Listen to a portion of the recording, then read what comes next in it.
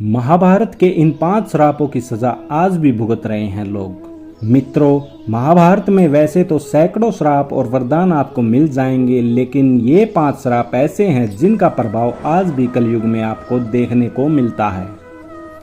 तो दोस्तों, यदि वीडियो पसंद आए तो वीडियो को लाइक करना और चैनल को सब्सक्राइब भी जरूर कर लेना।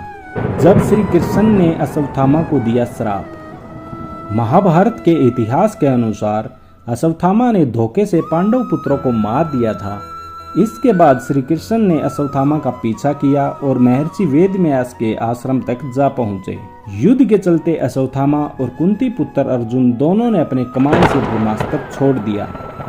यह देख महर्षि वेदव्यास ने दोनों को अपने ब्रह्मास्त्र वापस लेने को कहा। वेदव्यास जी की आज्ञा मानते हुए अर्जुन ने तो अपना ब्रह्मास्त्र वापस ले लिया, मगर अश्वत्थामा को ब्रह्मास्त्र वापस लेने की विद्या नहीं आती थी। इसी वजह से अश्वत्थामा ने अपना ब्रह्मास्त्र अर्जुन पुत्र अभिमन्यु की पत्नी उत्तरा की ओर कर दिया। श्री कृष्ण को अश्वत्थामा की इस गलती पर क्रोध आया और अश्वत्थामा को श्राप देते हुए कहा कि तुम 3000 साल तक पृथ्वी लोक पर भटकते रहोगे।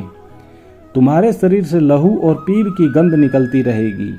कभी भी और कहीं भी तुम पुरुष जाति से बात नहीं कर पाओगे और दुर्गम जंगलों में भटकते रहोगे। युधिष्ठिर का नारी जाति को श्राप।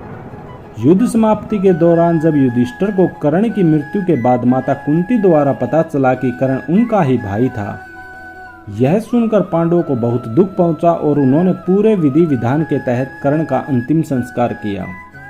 उन्होंने अपने भाई कर्ण की मृत्यु का दुख जताते हुए पूरी नारी जाति को श्राप दिया कि कोई भी स्त्री किसी भी तरह की गोपनीय रहस्य आने वाले भविष्य में कभी नहीं छुपा पाएगी। जब उर्वशी ने दिया अर्जुन को श्राप।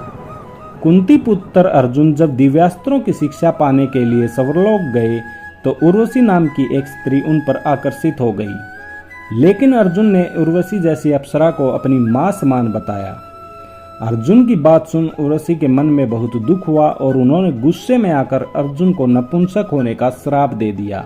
श्राप देते हुए उर्वशी ने कहा कि तुमने नपुंसकों की जैसी बात की है, अतः तुम्हें मैं श्राप देती हूँ कि तुम 1 वर्ष के लिए नपुंसक रहोगे। और फिर उर्वशी वहां से चली गई।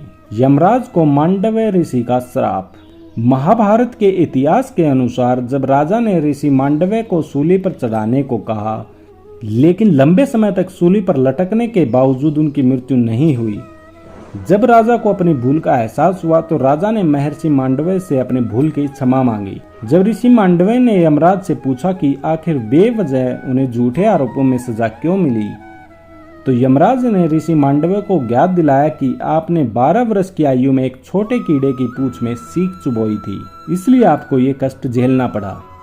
जब ऋषि ने यमराज का उत्तर देते हुए बताया कि 12 वर्ष की आयु में ये ज्ञात नहीं होता कि क्या धर्म होता है क्या अधर्म, और मुझे छोटे से अपराध के लिए इतनी बड़ी सजा क्यों, तब ऋषि ने यमराज को श्राप देते हुए कहा कि तुम एक शूद्र योनि में एक दासी की कोख से जन्म लोगे। इस श्राप के कारण ही यमराज को विदुर के रूप में जन्म लेना पड़ा।